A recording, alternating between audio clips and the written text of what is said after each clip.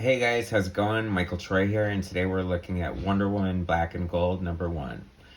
Alright, so this is super cool. I'm glad they finally did something like this with Wonder Woman. You have Batman Black and White, and then you have Superman Red and Blue, and now you have Wonder Woman Black and Gold. And I don't know, this might be a limited series. I'm hoping it's an ongoing series. I love anthology books.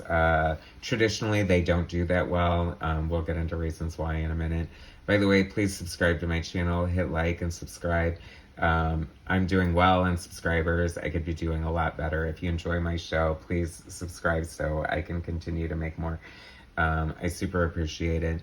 So I was really excited when I heard this book was coming out. I kind of like the theme of that it's in black and white, except for the gold. You know, she's got her golden lasso, so it's super appropriate. This cover is by Yannick Paquette, my buddy, one of my favorite Wonder Woman artists. Wonder Woman Earth One, Wonder Woman was probably his first monthly assignment way back when, and he's just a phenomenal artist. He's sort of branching out, doing more colors on his covers, and I think this is one of them. So it looks gorgeous. He's selling a print of this online somewhere. I'm sure if you Google it and you find it, you will want to buy it. But anyway, there's some variant covers and different covers, but I had to get my buddy Yannick, so I think it's gorgeous. It's a perfect example of how the concept of the black and gold is going to work. You know, part of the reason I think anthology stories don't do well is because the stories can often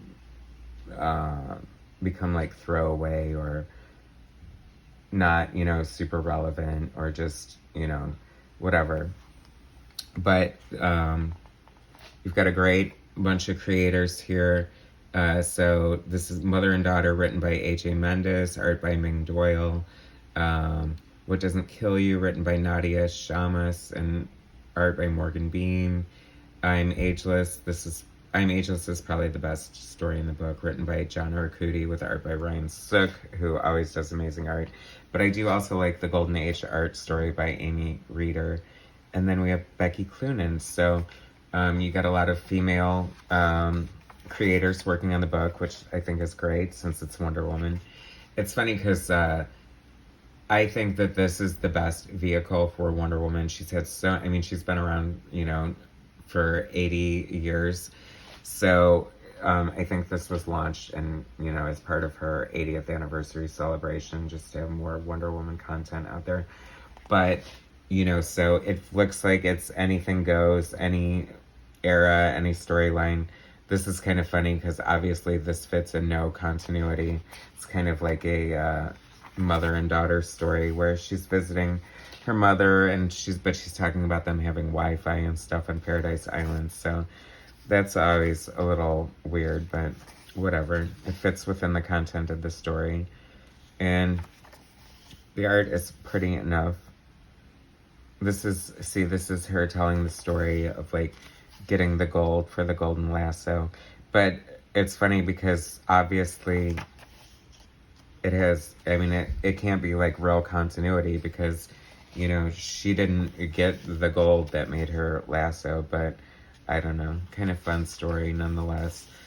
She's very tied to Greek mythos, so it's kind of fun to include a story like that in here. Wonder Woman lends it, even though on her monthly comic book it really chaps my butt so much, is that, it either the storylines start out good and quickly lose their direction, or they're just crap all around. Like a lot of people seem to not know what to do with Wonder Woman, and this book goes to show that you can do anything with Wonder Woman. I was really excited about the Ryan Sook art on here. Ryan Sook is like a fun artist. He does mainly covers. He'll start out a book and do 2 issues with Brian Bendis on Legion of Superheroes, but he started out very heavily influenced by Mike Mignola. And looking at this, I feel like he's definitely gone, even though he definitely has his own distinct style, it feels more of an Adam Hughes kind of vibe to me.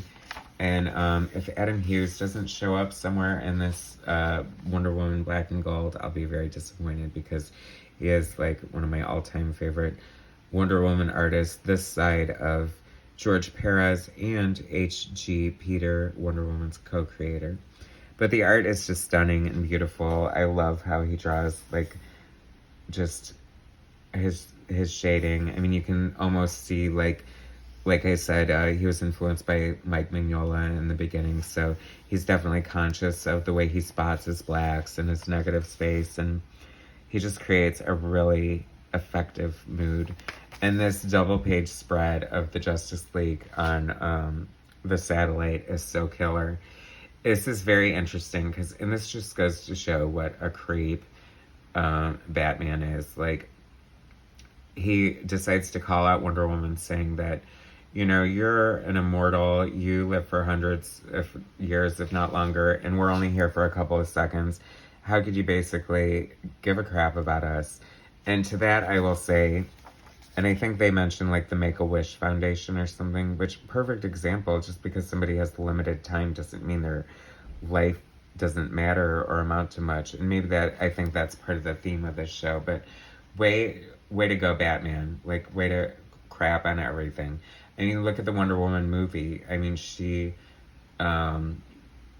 basically, pun intended, pined for Steve Trevor for 100 years. I mean, so obviously she has some sort of reverence for life. So take your badass back to your Batcave and quit judging.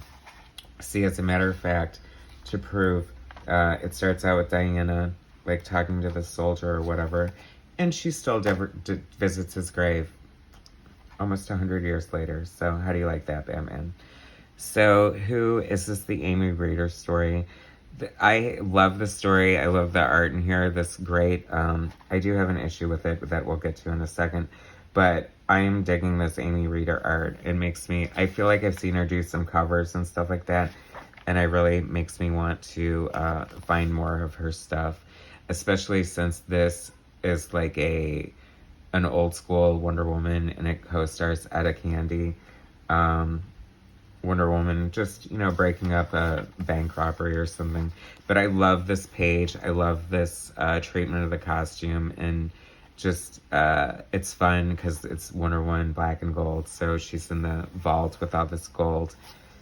And then Etta Candy is no slouch of her own, and I don't know, it just goes to show how things change and how times change or whatever, but her name's Etta Candy, and I don't know, like, I'm not overly familiar with, like, early Wonder Woman comics. I know that they were problematic in some ways as far as, you know, I mean, it was basically created as a feminist comic, but because of the times and everything like that, obviously things were different.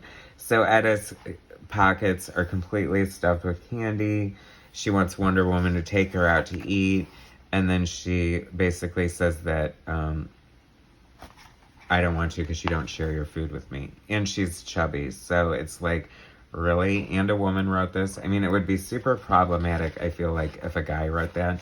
But I just think it's a strong, positive message for females. Why does the overweight character have to be, like, aggressively obsessive about food? I don't know. Am I wrong? Leave comments. Feel free. I mean, it's probably my own hang-up making it weird. I don't know. Becky Cloonan on The Wager. Oh, this is actually, like, see, this is a fun, great story, too. I love, like, no spoilers, but she's going to use the golden lasso on this guy, and she basically talks him out of it and gets a confession just the same.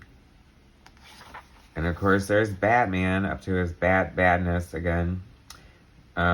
Anyway, no spoilers here, but this is a great book. I really enjoyed it. Hopefully it's an ongoing. I'm sure it's probably not. I don't know how long you could keep something like this going, but super strong, solid effort. I really like the art in here. The stories were fun, and I recommend it. Thanks for watching. Please subscribe to my channel. Hit like, subscribe, share my content, and I'll bring you some more later. All right, thanks, guys.